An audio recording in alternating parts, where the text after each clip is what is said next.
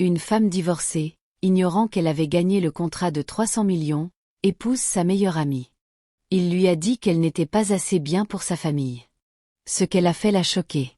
Le flûte de champagne tremblait dans la main de Marcus Whitmore tandis qu'il regardait son ex-femme sortir de la Mercedes S-Classe noire qui venait de s'arrêter devant le lieu de son mariage.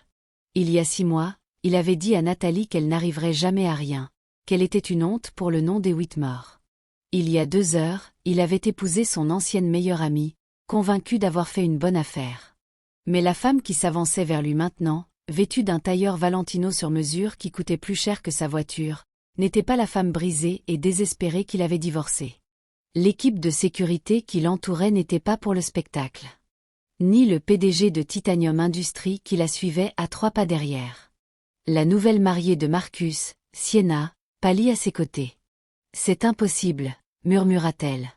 Elle n'était pas censée l'être, mais Nathalie souriait déjà, et c'était le genre de sourire qui réduisait les empires en cendres. Dans sa main se trouvait un portfolio en cuir estampillé de mots qui firent glacer le sang de Marcus. 300 millions de dollars. Acquisition de Whitmore Tech. 6 mois plus tôt, Nathalie Chen avait cru au conte de fées. Elle avait cru que 10 ans de mariage signifiaient quelque chose.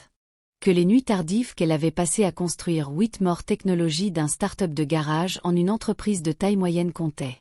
Que les promesses de son mari, « Tu es ma partenaire. Nous sommes dans le coup ensemble. Je ne pourrais pas faire ça sans toi », étaient plus que des mensonges commodes. Elle s'était trompée sur tout cela. Tu n'es pas assez bien pour cette famille, Nathalie. Les mots de la mère de Marcus, Patricia Whitmore, avaient été prononcés avec une précision chirurgicale dans le salon formel du domaine des Whitmore. Marcus se tenait à ses côtés, silencieux, la mâchoire serrée, mais les yeux vides de la chaleur que Nathalie avait autrefois aimée. « Excusez-moi. » La voix de Nathalie était sortie plus faible qu'elle ne l'avait voulu. Les boucles d'oreilles en diamant de Patricia avaient capté la lumière alors qu'elle inclinait la tête, examinant Nathalie comme un spécimen sous verre. « Tu viens de rien. Tu n'as pas de pédigré, pas de connexion, pas de raffinement. Marcus mérite quelqu'un qui peut l'élever socialement, quelqu'un qui comprend notre monde. » J'ai aidé à construire l'entreprise, dit Nathalie, les mains tremblantes. J'ai hypothéqué la maison de mon père quand les banques ne nous donnaient pas de prêt. J'ai travaillé 18 heures par jour comme une secrétaire glorifiée. Patricia l'interrompit, en jouant à l'entreprise pendant que Marcus faisait le vrai travail. Maintenant que Whitmore Technologies vaut quelque chose, nous avons besoin de quelqu'un d'approprié à ses côtés. Quelqu'un comme Sienna. Le cœur de Nathalie s'arrêta. Sienna? Ma Sienna? Sa meilleure amie depuis l'université. Sa demoiselle d'honneur. La femme qui avait pleuré sur l'épaule de Nathalie pendant 2 ruptures difficiles et d'innombrables déceptions professionnelles. La femme qui avait passé beaucoup de temps dernièrement aux sessions de stratégie de l'entreprise avec Marcus. Marcus parla enfin. Sa voix était plate. Sienna comprend le mode de vie. Elle vient du bon milieu. Les connexions de son père ouvriront des portes dont nous avons besoin. Nous. Le rire de Nathalie fut amer. Il n'y a plus de nous, n'est-ce pas?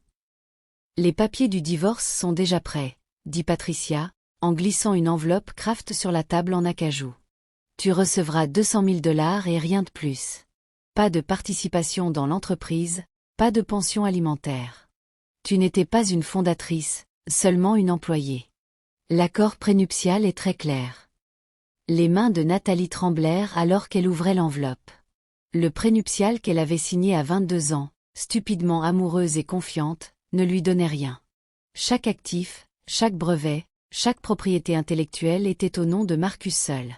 « Signe-le », dit Marcus calmement. « Rends ça facile pour toi. » « Est-ce que Sienna sait ?» La voix de Nathalie se brisa. « Est-ce qu'elle sait que vous avez planifié ça ?» Le silence de Marcus était une réponse suffisante. Nathalie regarda l'homme qu'elle avait aimé pendant 15 ans, y compris leurs 5 années de fréquentation. Elle vit un étranger. Non, elle vit clairement pour la première fois. L'ambition qui avait semblé admirable était en réalité impitoyable. La confiance qu'elle avait trouvée attractive était de l'arrogance. Et la famille qu'elle avait tant essayé de plaire n'avait jamais vu en elle autre chose qu'un inconvénient temporaire. Elle signa les papiers avec des mains tremblantes. Une chose de plus, dit Patricia alors que Nathalie se levait pour partir. Le mariage est dans 6 mois. Nous attendons que tu sois gracieuse à ce sujet. Pas de drame, pas de post sur les réseaux sociaux, pas d'essai de nuire à la réputation de Marcus. Les Whitmore ont des avocats qui t'enterreront si tu essaies. Nathalie sortit de cette maison avec rien d'autre que sa voiture, ses vêtements et un compte bancaire contenant exactement 200 000 $. Elle sortit aussi avec quelque chose que les Whitmore avaient négligé, une décennie de connaissances dans l'industrie, des relations qu'elle avait construites pendant que Marcus prenait le crédit, et les coordonnées de chaque client majeur qu'elle avait personnellement courtisé. Plus important encore, elle sortit avec de la rage. Le premier mois fut de la survie. Nathalie loua un petit appartement dans un quartier où Marcus ne serait jamais vu mort. Elle pleura pour s'endormir la plupart des nuits. Elle bloqua le numéro de Sienna après la 15e tentative d'explication.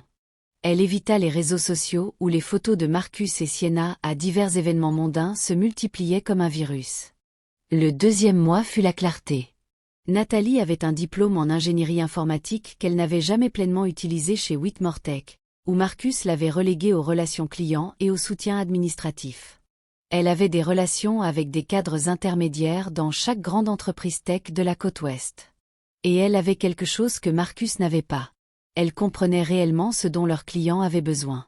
Whitmore Technologies se spécialisait dans les logiciels d'optimisation de la chaîne d'approvisionnement, mais ils avaient toujours été un prestataire de services, jamais un innovateur. Nathalie avait passé 10 ans à écouter les clients se plaindre des mêmes problèmes encore et encore. Elle avait même rédigé des solutions, que Marcus avait rejetées comme « au-dessus de ton niveau, chérie ». Elle cessa d'être « chérie » et devint une chasseuse. Au 3e mois, elle avait incorporé Novatech Solutions. Elle avait encaissé des faveurs de anciens clients qui se souvenaient d'elle, pas de Marcus. Elle avait embauché 2 ingénieurs brillants qui avaient quitté Whitmore Tech parce que Marcus était impossible à travailler avec. Elle avait travaillé 20 heures par jour à coder, pitcher et construire. Au 4e mois, elle avait sécurisé son premier contrat, un accord de 2 millions de dollars avec une entreprise de fabrication régionale. Au 5e mois, elle avait attiré l'attention de Titanium Industries, le plus grand conglomérat logistique d'Amérique du Nord. Ils cherchaient quelqu'un pour réviser complètement leur système de chaîne d'approvisionnement. Le contrat valait 300 millions de dollars sur 5 ans. C'était le plus gros accord de l'histoire de l'industrie. Les revenus du 5e mois de Nathalie étaient suffisants pour embaucher une équipe de 15 personnes. Marcus n'avait toujours pas idée qu'elle existait en tant que concurrente. Il était trop occupé à planifier son mariage avec la femme qui avait trahi Nathalie de la manière la plus cruelle possible. La présentation finale à Titanium Industries était prévue pour le matin du mariage de Marcus. Nathalie choisit son timing avec soin. Voici la plateforme d'optimisation basée sur l'IA propriétaire de Novatech Solutions, dit Nathalie, debout devant le conseil d'administration de Titanium Industries. Elle ne suit pas seulement votre chaîne d'approvisionnement. Elle prédit les disruptions avant qu'elles ne se produisent, reroute automatiquement les expéditions et réduit les déchets de 43% estimés. James Keller, le PDG de Titanium, se pencha en avant. Il avait 60 ans, des yeux perçants et était notoirement difficile à impressionner. Nous avons vu une douzaine de pitchs, Mademoiselle Chen. Whitmore Technologies nous a assuré qu'il pouvait livrer quelque chose de similaire. Whitmore Technologies est construit sur des systèmes legacy et des solutions réactives, dit Nathalie calmement. Ils sont excellents pour maintenir le statu quo.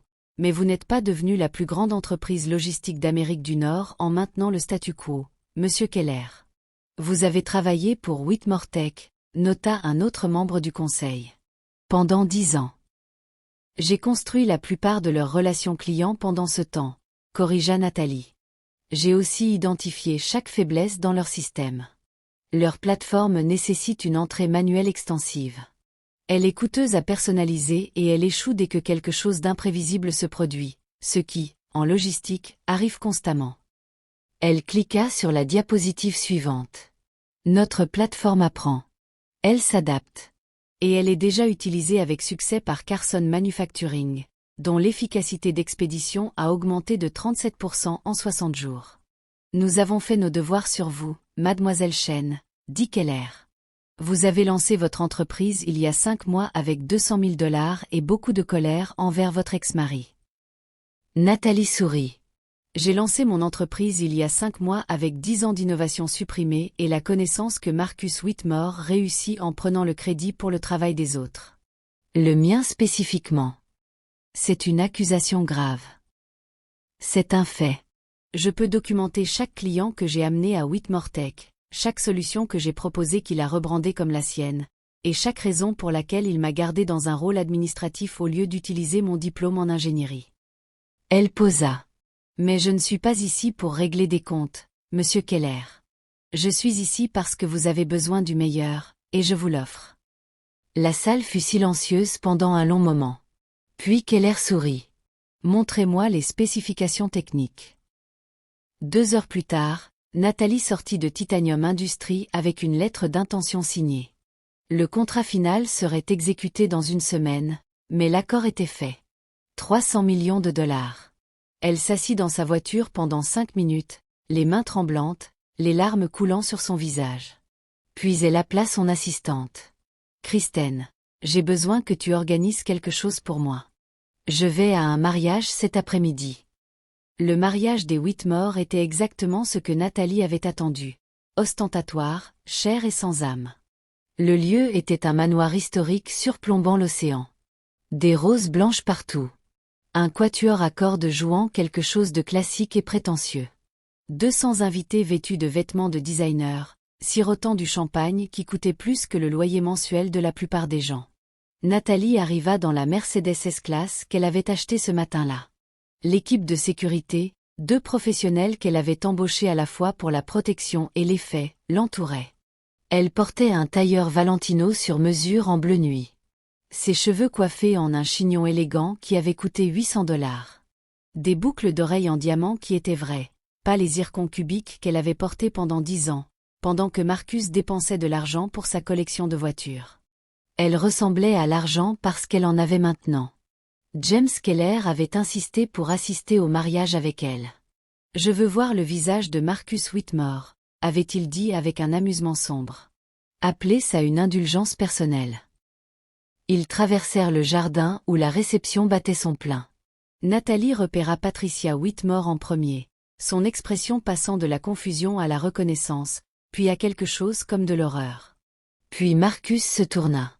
Son visage traversa le même parcours, mais plus vite. Il avait été en train de rire à quelque chose, son bras autour de Sienna, qui était belle dans une robe de mariée qui coûtait probablement 50 000 $. Le sourire de Sienna se figea quand elle vit Nathalie. Nathalie. La voix de Marcus se brisa. Qu'est-ce que tu fais ici? Félicitations pour ton mariage, dit Nathalie agréablement. Elle leva le portfolio en cuir.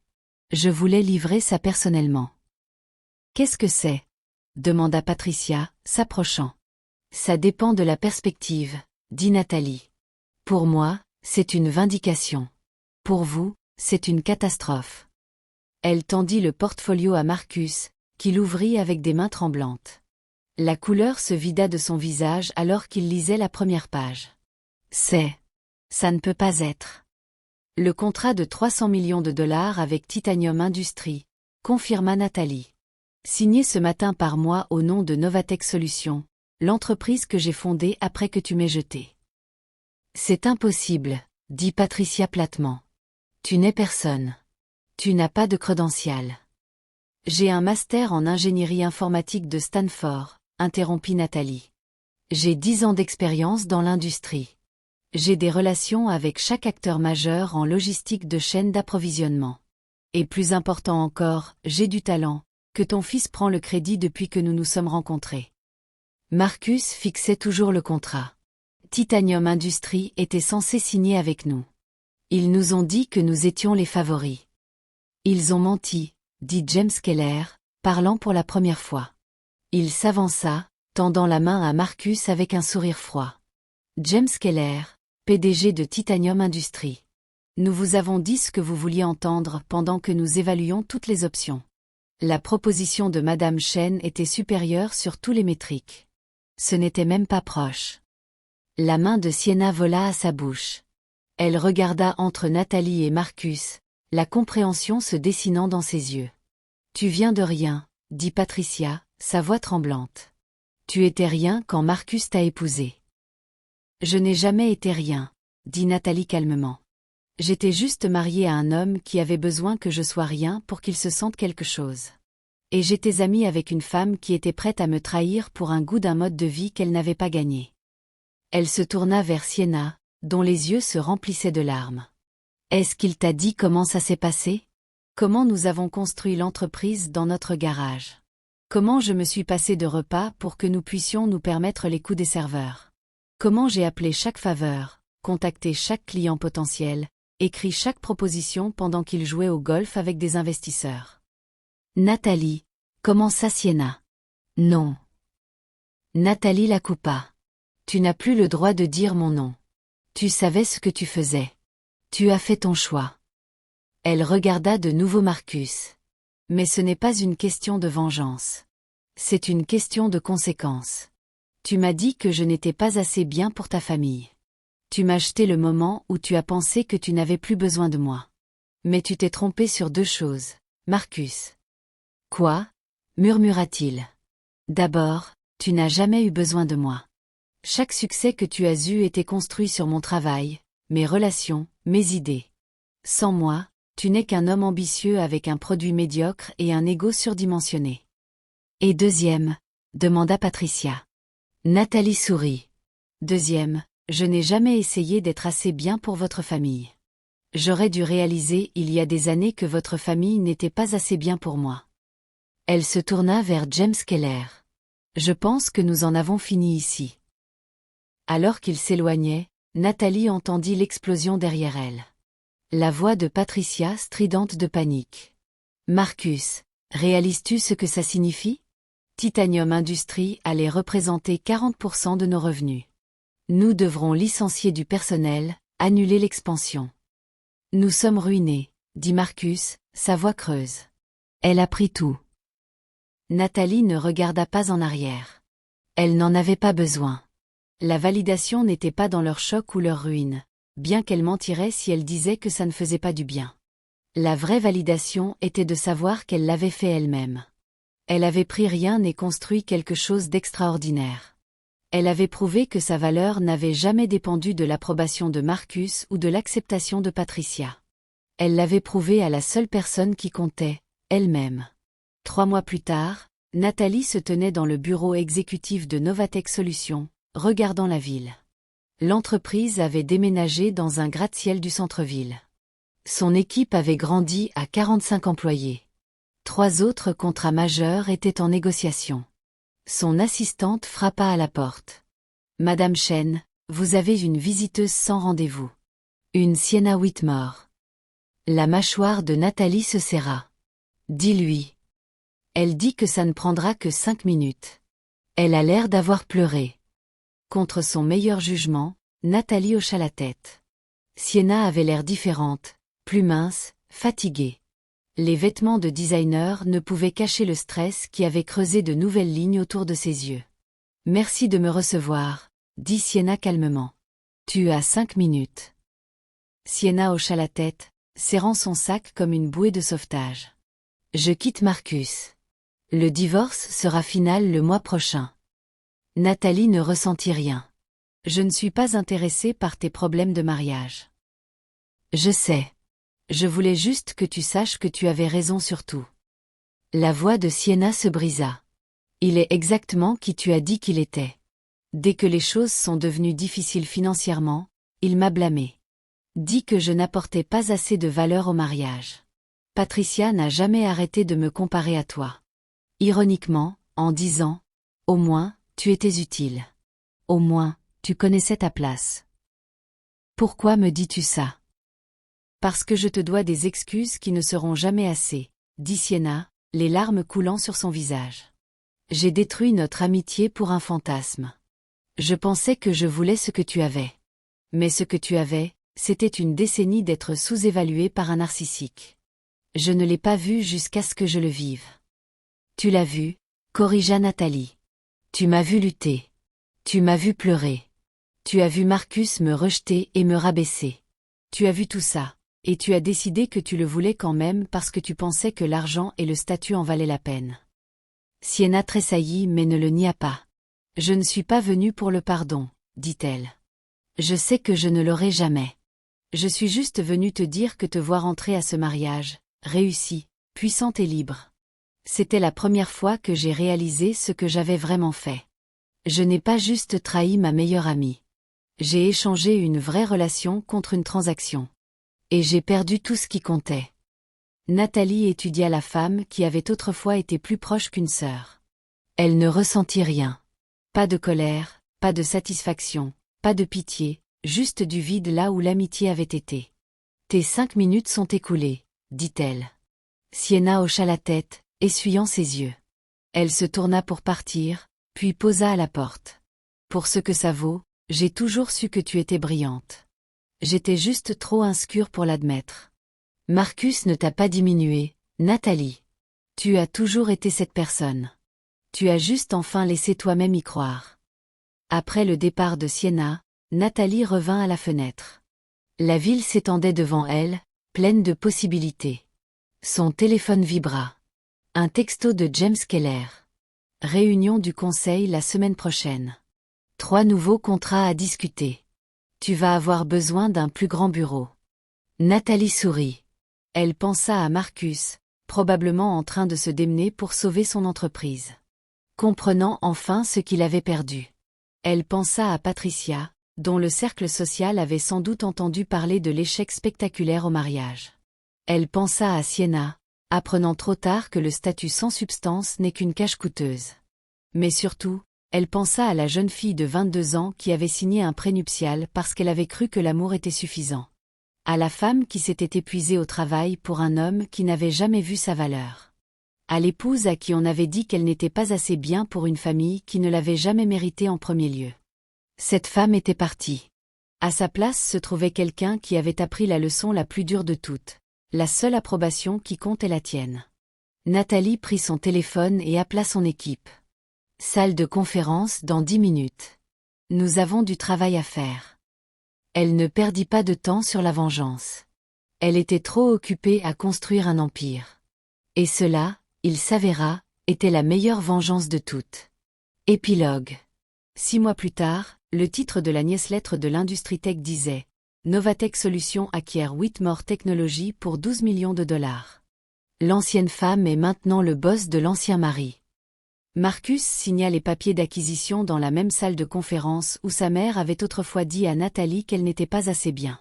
Nathalie s'assit en face de lui, flanquée de ses avocats et de son directeur financier. Elle portait un tailleur de pouvoir et une expression de courtoisie professionnelle qui ne révélait rien. Les termes sont clairs, dit son avocat. Whitmore Technology devient une filiale de Novatech Solutions. Marcus Whitmore reste en tant que consultant senior pendant 2 ans, rapportant directement à Mademoiselle Chen. Les mains de Marcus tremblèrent alors qu'il signait. Une question, dit-il calmement quand les avocats quittèrent la pièce. Pourquoi acheter l'entreprise du tout? Tu aurais pu nous laisser échouer. Nathalie le considéra. L'homme qui avait autrefois été tout son monde semblait maintenant petit, diminué. Parce que 65 personnes travaillent pour Whitmore Tech, dit-elle. De bonnes personnes qui ne méritent pas de perdre leur emploi parce que tu as pris de mauvaises décisions. J'achète l'entreprise pour eux, pas pour toi ni pour moi. Sa voix était à peine un murmure. Qu'est-ce qui m'arrive? Tu travailles pour moi maintenant, dit Nathalie simplement. Tu feras ce que tu fais de mieux, être le visage de l'entreprise aux événements. Jouer au golf avec les clients. Avoir l'air bien en costume. La différence est que maintenant, tout le monde saura que c'est tout ce que tu as toujours été. Le vrai travail se passera autour de toi, comme il l'a toujours fait. Elle se leva, rassemblant ses papiers. Oh, et Marcus, une chose de plus. Il leva les yeux, quelque chose comme de l'espoir scintillant dans ses yeux. Tu t'es trompé en disant que je n'étais pas assez bien pour ta famille, dit Nathalie. Mais tu avais raison sur une chose. Je n'étais pas assez bien. J'étais mieux. J'ai toujours été mieux. J'ai juste dû arrêter de te laisser me convaincre du contraire. Elle sortit de la pièce, ses talons claquant sur le sol en marbre, laissant Marcus Whitmore assis seul dans l'empire qu'il avait perdu et qu'elle avait construit. Dehors, son assistante l'attendait avec son emploi du temps. Vous avez une interview podcast dans 1 heure. Femmes qui ont construit des empires tech, puis dîner avec le conseil de Titanium Industries, puis je rentre à la maison, dit Nathalie, souriant. Demain, je prends la journée off. La première en 6 mois. Des plans. Nathalie pensa à la vie qu'elle avait construite, l'entreprise qui portait son nom, l'équipe qui la respectait, le succès qu'elle avait gagné, non en étant l'épouse de quelqu'un ou l'amie de quelqu'un, mais en étant indéniablement, sans excuse, excellente. Je vais faire la grasse matinée, dit-elle. Et quand je me réveillerai, je me souviendrai que j'ai fait tout ça moi-même, et ça vaut plus que n'importe quel contrat. Elle le pensait, parce que quelque part entre les papiers du divorce et l'accord de 300 millions de dollars, entre être dit qu'elle n'était pas assez bien et devenir la meilleure dans son domaine, Nathalie Chen avait appris la vérité. Elle n'avait jamais eu besoin de Marcus Whitmore pour réussir. C'était lui qui avait besoin d'elle, et maintenant tout le monde le savait. Le photographe ajusta l'éclairage une fois de plus. Mademoiselle Chen, pouvez-vous vous tourner légèrement à gauche? Parfait. Tenez ça. Nathalie sourit naturellement, à l'aise devant les caméras maintenant, d'une manière qu'elle n'avait jamais été en tant qu'épouse de Marcus. À l'époque, elle se positionnait toujours légèrement derrière lui sur les photos, se rendant plus petite. Maintenant, elle prenait de l'espace sans excuse. C'est la photo de couverture, annonça le photographe. Les 50 femmes self-made les plus importantes en tech de Forbes. Vous êtes numéro 7 cette année. Après le départ du photographe, l'assistante exécutive de Nathalie, Kristen, qui était avec elle depuis le 3e mois et était maintenant sa chef de cabinet, apporta sa tablette. Votre emploi du temps de l'après-midi. Mais d'abord, vous devez voir ça. Elle afficha un article de presse. La filiale Whitmore Technology enregistre des profits records sous une nouvelle direction. Marcus Whitmore démissionne. Nathalie scanna l'article. Après 2 ans à rapporter à elle, Marcus avait enfin démissionné.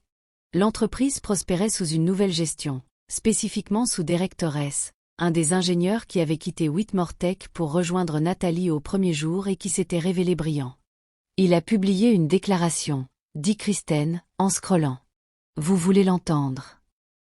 Bien sûr. Kristen lut. Après une considération attentive, j'ai décidé de poursuivre d'autres opportunités. Je suis reconnaissant pour mon temps chez Whitmore Technology et fier du succès continu de l'entreprise sous la direction de Novatech Solutions. Traduction. Son ego ne pouvait pas supporter d'être mon employé, dit Nathalie sans malice. 3 ans avaient drainé la colère d'elle. Marcus n'était plus qu'un homme maintenant. Pas un vilain ou une blessure.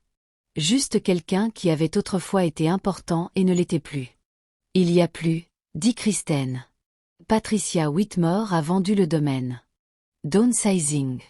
Apparemment, le cercle social est devenu trop inconfortable après que vous ayez acheté l'entreprise. Nathalie hocha la tête. Elle ne ressentit rien. Pas de triomphe. Pas de satisfaction. Juste de l'indifférence. C'était comme ça qu'elle savait qu'elle avait vraiment tourné la page. Leur chute ne lui importait plus. Et Sienna s'est remariée avec un professeur de lycée. En fait, ils vivent à Portland. Elle a posté quelque chose sur les réseaux sociaux la semaine dernière, une longue légende sur l'apprentissage de ce qui compte vraiment dans la vie. Kristen hésita. Elle t'a mentionné, pas nommé, mais c'était évident. Elle a dit que son plus grand regret était de trahir quelqu'un qui méritait mieux et que te voir réussir était la leçon la plus puissante en intégrité qu'elle ait jamais reçue. Nathalie fut silencieuse un moment. J'espère qu'elle le pense. J'espère qu'elle est vraiment heureuse. Vraiment. Kristen semblait surprise. Vraiment. La haïr était épuisant. Maintenant, je ne pense plus à elle. Nathalie sourit légèrement. C'est la vraie liberté, ne pas avoir besoin qu'ils échouent pour que je me sente réussie. Un coup à la porte les interrompit. James Keller entra, souriant. À 63 ans, il était devenu une sorte de mentor pour Nathalie. Et le partenariat de Novatech avec Titanium Industries s'était étendu à des ventures que ni l'un ni l'autre n'avait imaginé 3 ans plus tôt. J'ai des nouvelles, annonça-t-il. Le conseil vient de l'approuver. Titanium Industries veut acquérir 15% d'équité dans Novatech Solutions pour 800 millions de dollars. Les yeux de Nathalie s'élargirent. Ça valoriserait l'entreprise à 5,3 milliards de dollars. Félicitations, Nathalie. Tu es officiellement milliardaire. Kristen laissa échapper un petit cri d'excitation. Nathalie s'assit lentement, en train de processeur. 5 ans plus tôt, elle avait signé des papiers de divorce qui lui donnaient 200 000 dollars et rien d'autre. On lui avait dit qu'elle n'était pas assez bien, qu'elle n'arriverait jamais à rien, qu'elle était une honte. Maintenant, elle valait plus que Marcus n'avait jamais rêvé d'être. Il y a une condition, dit James, son expression devenant sérieuse. Le conseil veut que tu parles à notre réunion annuelle des actionnaires. Ils veulent entendre l'histoire de la femme de start-up de garage à milliardaire tech directement de toi. Toute l'histoire, demanda Nathalie calmement. Toute l'histoire, le divorce, la trahison, construire Novatech de rien. Ils pensent que c'est l'étude de cas la plus convaincante en entrepreneuriat moderne qu'ils aient jamais vue. Et ils ont raison. Nathalie y pensa. Pendant 3 ans, elle avait gardé le silence sur les détails personnels, laissant son succès parler pour lui-même. Mais peut-être y avait-il de la valeur à dire la vérité. Pas pour la vengeance, mais pour chaque femme à qui on avait dit qu'elle n'était pas assez. Chaque personne dont les contributions avaient été volées. Chaque rêveur qui avait été brisé et avait dû se reconstruire. Je le ferai, dit-elle. La réunion des actionnaires de Titanium Industries se tenait dans un centre de convention à San Francisco. 3000 personnes présentes. 50 000 autres en streaming en ligne. Nathalie se tenait en coulisses, respirant profondément. Elle portait un tailleur gris ardoise, ses cheveux tirés en arrière, des bijoux minimaux. Elle ressemblait exactement à ce qu'elle était, sérieuse, réussie et finie d'excuser de prendre de l'espace. Son téléphone vibra. Un texto d'un numéro inconnu. Je regarde le live stream. Tu mérites tout ce que tu as construit. Je suis désolée de t'avoir jamais fait douter. Marcus. Nathalie fixa le message un long moment, puis le supprima sans répondre. Certaines excuses arrivaient trop tard pour compter. Un autre texto, celui-ci d'un numéro qu'elle reconnaissait. Sa mère. Si fière de toi, ma chérie. Papa le serait aussi. Elle sourit. Son père était décédé 2 ans plus tôt, mais il avait vécu assez longtemps pour voir son succès. Assez longtemps pour que son hypothèque soit payée 10 fois. Assez longtemps pour lui dire qu'il avait toujours su qu'elle était destinée à la grandeur. Mademoiselle Chen, vous êtes en scène dans 2 minutes. Nathalie marcha vers l'entrée de la scène. Elle pouvait entendre l'introduction de James. Une femme qui a transformé la trahison en milliards, qui a prouvé que la vraie valeur ne peut jamais être diminuée par l'opinion de quelqu'un d'autre. Elle monta sur scène sous des applaudissements tonitruants. Merci, dit-elle quand la salle se tut. Je vais vous raconter une histoire sur l'échec. Pas mon échec, bien que j'en ai eu beaucoup. Mais l'échec de gens qui m'ont regardé et n'ont vu que ce que je pouvais faire pour eux, jamais qui j'étais réellement. Pendant les 45 minutes suivantes, elle dit la vérité. Le start-up de garage, le crédit volé, le prénuptial, le divorce, le moment où Patricia Whitmore l'avait regardée et avait dit qu'elle n'était pas assez bien. Je les ai crus pendant longtemps, dit Nathalie. 10 ans, je me suis rendue plus petite pour que Marcus se sente plus grand. J'ai fait taire mes propres idées pour qu'il apparaisse brillant. J'ai travaillé dans l'ombre et les laissé debout dans la lumière. Et quand il m'a jeté, une partie de moi a cru qu'il avait raison, que je n'étais vraiment pas assez. Elle posa, regardant l'audience. Mais voici ce que j'ai appris. Quand quelqu'un te dit que tu n'es pas assez bien, ils te disent généralement que tu les menaces. Tu es trop intelligente, trop capable, trop proche de réaliser que tu n'as pas du tout besoin d'eux. Ils te diminuent parce que ton plein pouvoir les effraie. La salle était silencieuse, tout le monde penché en avant. J'ai construit Novatech Solutions avec 200 000 dollars, de la fureur et la connaissance que j'avais passé 10 ans à être brillante pour quelqu'un d'autre. Il a fallu tout perdre pour réaliser que je n'avais jamais vraiment rien eu. Pas vraiment, parce que tout ce que tu construis au service de l'ego de quelqu'un d'autre n'est pas à toi. Tu n'es que l'architecte de leurs rêves. Elle sourit. Mais quand tu construis pour toi-même, quand tu paries sur ta propre vision et travailles pour ta propre validation, c'est là que tu découvres de quoi tu es réellement capable. Et il s'avère que j'étais capable de beaucoup plus que d'être l'épouse de Marcus Whitmore. Les applaudissements commencèrent alors, montant comme une vague. Donc à tous ceux qui regardent et à qui on a dit qu'ils n'étaient pas assez par un conjoint, un patron, un membre de la famille, la société, je veux que vous sachiez quelque chose. La voix de Nathalie résonna claire et forte. Ils ont tort.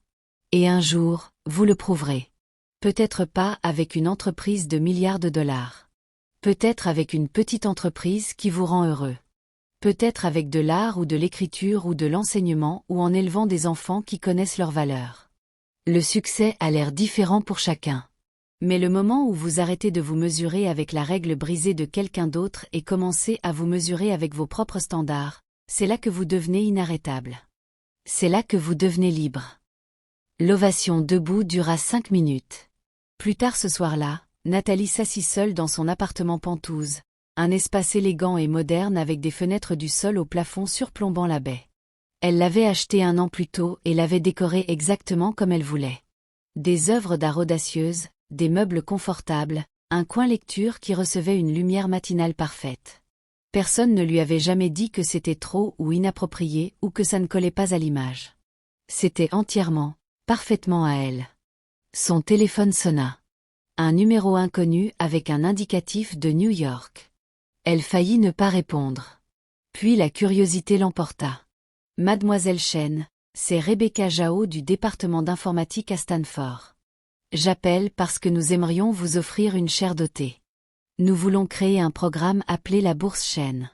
Des bourses complètes pour les femmes en tech qui montrent un promesse exceptionnel mais manquent de ressources financières.